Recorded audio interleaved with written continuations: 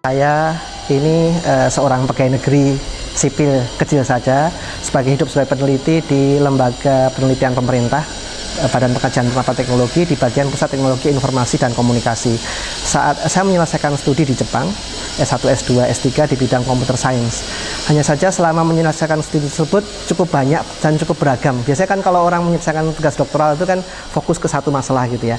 Waktu saya menyelesaikan tugas S1 sampai S3 di tempat yang sama, topik yang saya selesaikan itu cukup beragam. Mulai dari data mining untuk meteorologi sampai data mining untuk industri ya, untuk faksimile pengembangan ini ya, modul karakter recognition pada faksimile, dan juga analisa data microarray kerjasama dengan kalangan kedokteran. Nah, setelah sampai di Indonesia, kemudian waktu itu saya ingin pulang ke Indonesia, tapi oleh profesor saya ditahan supaya membantu di sana selama 4 tahun sebagai profesor tamu di Jogja University.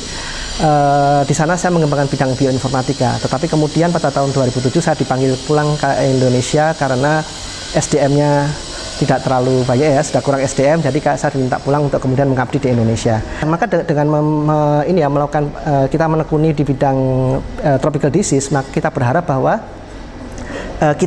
penelitian kita tetap hot, tetap hangat, tetap kita bisa menjelaskannya kepada masyarakat apa manfaat dari penelitian yang kita lakukan ya selama saya beraktivitas di WPT. Itu yang aktivitas yang kami saya tekuni. Kemudian saat ini saya juga mengajar di UNS dan juga di perguruan tinggi lain. Saya ingin mengajak generasi muda itu ya, supaya mereka juga aware, punya basic terhadap teknologi yang diperlukan IKTP agar kita suatu saat mandiri. Saya sejak dulu memang tertarik pada matematika. Pada saat saya SMA dulu, saya terpilih sebagai wakil Indonesia untuk Olimpiade Matematika. Pada saat itu kami angkatan kedua gitu ya, yang dikirimkan pemerintah Indonesia waktu itu ke Braunschweig, ke Jerman Barat pada waktu itu. Nah, saya sangat menyukai matematika.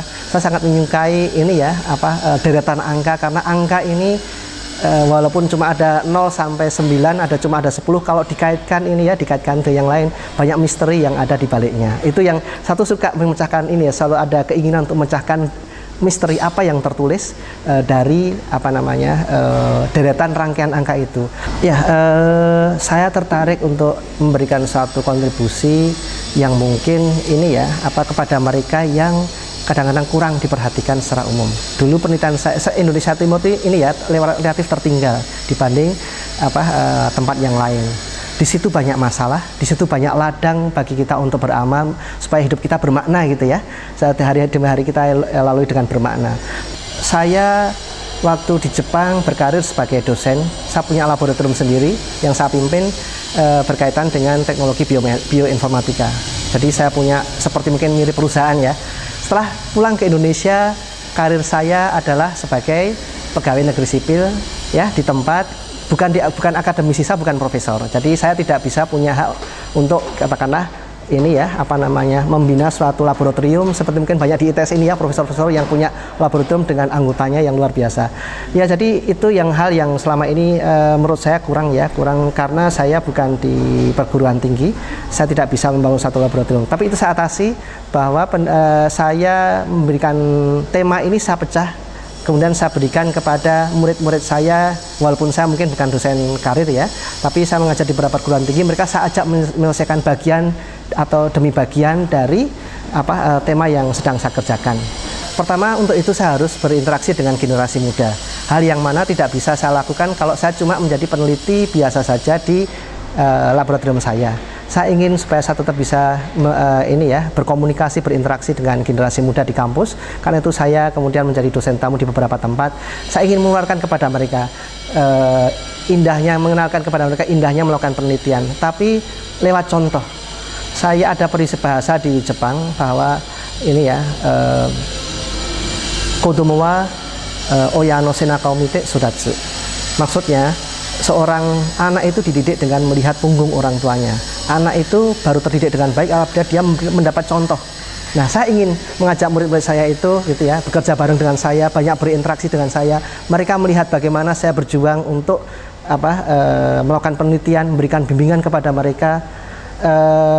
Kemudian melihat bagaimana saya jatuh ya, mungkin frustasi kalau eksperimennya gagal gitu ya.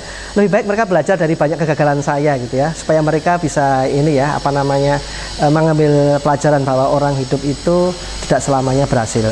Tidak selamanya kita mendapatkan tempat yang ideal. Ibaratnya seperti main kartu, kartu kan ini ya, kadang-kadang main kartu itu kita tidak bisa mendapatkan kartu as semuanya gitu ya.